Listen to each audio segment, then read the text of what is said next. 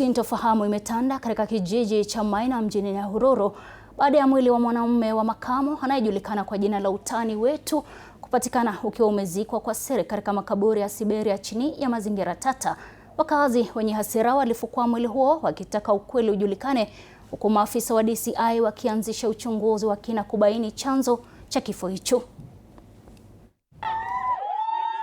Wakazi wa kijiji cha Maina viungani mwa mji wa Nyahururu wameufukua mwili wa mwanaume mwenye umri wa makamo aliyedaiwa kuzikwa katika makaburi ya Siberia chini ya mazingira tatanishi.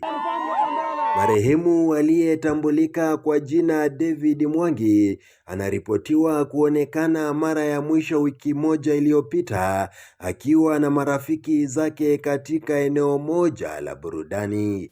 Huyo kijana kazi yake, hata kama yeye anatumia jaba, lakini apiganangi, hata ukimtusi wanga anacheka tu anaenda. Kulingana na wandani wake, walipokea taarifa kwamba marehemu aliuawa baada ya wananchi kujichukulia sheria mkononi kwa tuhuma za wizi katika kijiji cha Maina, jambo ambalo wakazi wa eneo hili wanakanusha. Wanasema alipigwa na mob justice Kishauri ya Maina.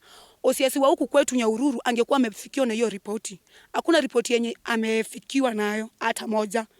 Sasa sisi hata ndio tunashtuka, tunashangaa, kwani yeye ameingishwa box mtoto akuje auawe alafu azikwa kama umbwa. Wakiwa wenye ghadhabu waliufukua mwili huo na kupanga kuupeleka katika kituo cha polisi ili kushinikiza uchunguzi wa kina kufanyika. Na ndio tunataka justice ifanyike, aende azikwa kwa Boyman juu tumechoka, wasituharibie jina. Hata hivyo, maafisa wa polisi wa kituo cha Nyahururu pamoja na kitengo cha DCI waliwasili eneo la tukio na kufanikiwa kutuliza hali, huku juhudi za kutafuta wanafamilia wa marehemu zikiendelea.